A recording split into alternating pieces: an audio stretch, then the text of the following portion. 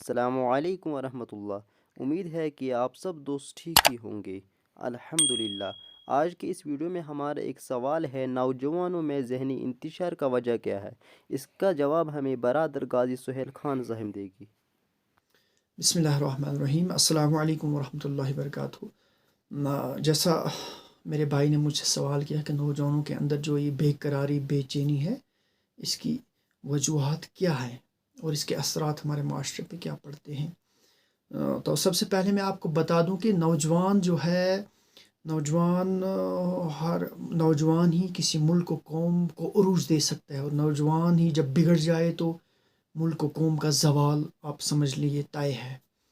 تو اس لیے نوجوان جو ہے، نوجوانوں ہی ملک کی ترقی کا انحصار جو ہے وہ نوجوانوں پہ ہے۔ نوجوان کس طرح کا سوچتے ہیں، نوجوان کس طرح کا کام کرتے ہیں، کس طرح کا فکر رکھتے ہیں، کس طرح کی حرکات کرتے ہیں، اس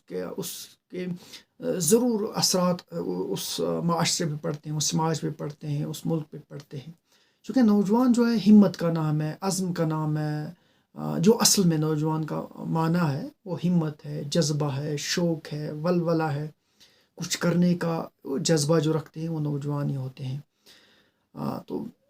نوجوان چونکہ بے قرار ہونا چاہیے، انسان دو طرح کی بے قراریاں ہیں، بے چینیاں، ایک اچھی اور ایک دوسری بری۔ مثال کے طور پر انسان جو ہے وہ اس لیے بے قرار ہونا چاہیے کہ میں کچھ اسلام کے لیے کروں، میں جب تعلیم کوئی حاصل کروں، میں انسانیت کے کام آؤں، میں انسانیت کی خدمت کروں، میں لٹی پٹی انسانیت کا غمخوار بن کے آگے آؤں، میں مظلوموں کی آواز بن کے آگے آؤں، میں انسانیت کی خدمت کروں۔ جس بھی منصب پہ ایک نوجوان جب فائز ہوتا ہے، اس کا یہ جذبہ رہنا چاہیے، شوق رہنا چاہیے، میں کسی طریقے سے انسانیت کی مدد کروں، انسانیت کی خدمت کروں۔ ڈاکٹر اقبال نے بھی اپنے ایک شعر میں کہا ہے، خدا تجھے کسی طوفان سے آشنا کر دے کہ تیرے بحر کی موجوں میں اضطراب نہیں۔ ڈاکٹر اقبال کہتا ہے کہ نوجوان ایک سمندر ہے، یہ نوجوان سمندر ہے، لیکن اس کو لہروں کے ساتھ الجھنا نہیں آتا، یہ لہروں کے ساتھ یہ ٹکراتا نہیں ہے، لہروں کے ساتھ یہ لڑتا نہیں ہے، لہروں کے ساتھ اس کو جدوجہد کرنی نہیں آتی ہے۔ اگر اس نوجوان یہ بے قرار ہونا چاہیے کہ میں کب ان لہروں کو ہرا کے شکست دے کے اپنے آپ کو کنارے پہ لگا دوں۔ تو ایک نوجوان کے اندر یہ اس قسم کی بے قراری اور بے چینی اچھی بات ہے، سماجی اور معاشرے کے لیے یہ نیک شگون ہے۔ لیکن دوسری طرح کی بے قراری، مثال کے طور پر مادیت نوجوانوں پہ سوار ہے۔ نوجوان یہی سوچتا ہے کہ میں کب اور کیسے بڑی گاڑی اپنے پاس، مہنگی سے مہنگی گاڑی رکھوں، مہنگے سے مہنگا اپنے پاس اسمارٹ فون ایک ہونا چاہیے، مہنگے سے مہنگا ایک گھر ہونا چاہیے، اور جتنے بھی آسائش، آرام و آسائش کی چیزیں ہیں وہ مجھے ہونی چاہیے۔ اس کے لیے نوجوان جو بے قرار رہتا ہے، یہ انتہائی یہ مضر رساں ہے، یہ ہمارے سماج اور معاشرے کے لیے ٹھیک نہیں ہے۔ تو اسی طرح سے نوجوانوں میں جو جاہ و حشمت ہوتی ہے، مطلب بس ریا اور جاہ و حشمت، بس لوگ مجھے بڑا کہنا چاہیے، لوگ مجھے بڑی عزت کی نگاہ سے دیکھنے چاہیے، لوگ مجھ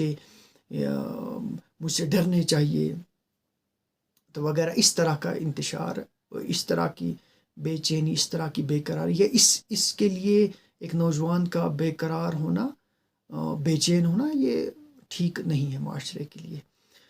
تو چونکہ وقت بہت کم ہے، میں مختصراً آپ کو بتا دوں، چونکہ اس سب کے پیچھے ایک وجہ ہے، مطلب بہت ساری وجوہات ہیں، چند میں آپ کے سامنے بتا دوں گا کہ نوجوان کیوں مادہ پرست ہو گیا ہے، نوجوان کیوں مادیت، میٹیریلسٹک اس کی سوچ کیوں بن گئی ہے، اس کی فکر میں انتشار کیوں آ گیا ہے، اس کی فکر پہ، اس کی سوچ پہ مادیت کیوں سوار ہو گئی ہے۔ اس کے پیچھے چند وجوہات ہیں۔ ایک وجہ پہلی جو ہے وہ اس میں نظام تعلیم ہے، چونکہ نظام تعلیم جو یہاں پہ ہے یہ فرسودہ نظام تعلیم ہے، یہ بچوں کو، یہ طلباء کو، یہ نوجوانوں کو صرف پیٹ کا پجاری بنانا سکھاتا ہے۔ یہ صرف یہ کہتا ہے کہ آپ کب کوئی ڈگری حاصل کرو گے، کوئی آپ کو نوکری لگنی ہے، اس کے بعد اپنا پیٹ پالنا ہے، بیوی بچے کرنے ہیں، بس اس طرح کا مائنڈ سیٹ اس کا بنا دیا جاتا ہے کہ آپ کا جو مقصد تعلیم ہے، آپ کا جو مقصد وجود ہے وہ پڑھ کے اور نوکری حاصل کرنا ہے، جس کی وجہ سے نوجوان جب یہ پڑھ لکھ کے اس کو نوکری نہیں ملتی ہے، آرام و آسائش سے یہ پیسہ نہیں کما سکتا ہے، تو یہ ذہنی انتشار کا شکار ہو جاتا ہے، یہ بے قرار ہو جاتا ہے، بے چین ہو جاتا ہے، ڈپریشن کا شکار ہو جاتا ہے۔ تو جو بنیادی جو وجہ ہے وہ نظام تعلیم ہے۔ اس کے بعد بہت ساری اور بھی وجوہات ہیں جس سے، جیسے کسی ملک و قوم کے جو سیاسی حالات ہیں وہ بھی نوجوانوں کے اندر وہ بے قراری، بے چینی اور ڈپریشن کا شکار، وہ بھی ایک وجہ ہے۔ اسی طرح سے فحاشیت و عریانیت یا جو جنسی جنسیت کو، جنسی تعلیم کا فروغ و اشاعت، اس طرح سے فلمیں جو آتی ہیں، گندی گندی فلمیں یا میوزک کے ذریعے سے نوجوانوں کے ذہنوں کو خراب کیا جاتا ہے، یہ وجوہات ہیں نوجوانوں کے بگاڑ کی۔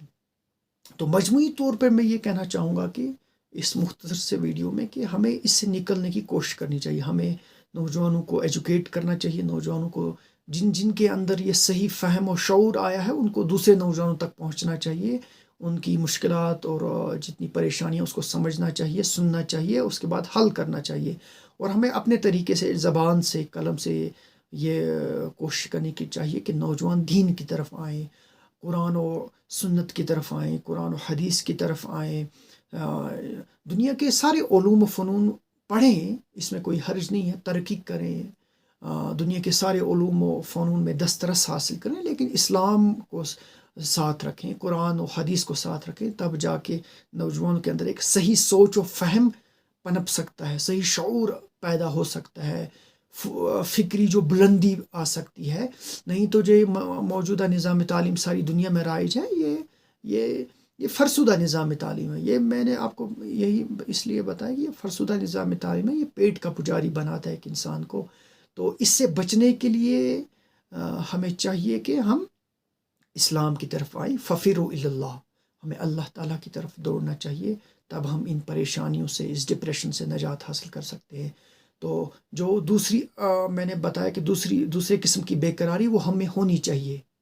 جیسے انسانیت کے لیے کچھ کرنے کا درد، غم، بے چینی، میں کب انسانیت کی خدمت کروں، کیسے کروں،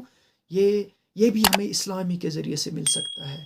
تو انشاءاللہ مجھے امید ہے کہ مختصر سے ویڈیو میں نے اپنی بات آپ تک پہنچائی، تو انشاءاللہ کبھی اور بھی موقع ملا بات کرنے کا تو ہم آپ سے انشاءاللہ بات کریں گے۔ تو السلام علیکم ورحمۃ اللہ وبرکاتہ۔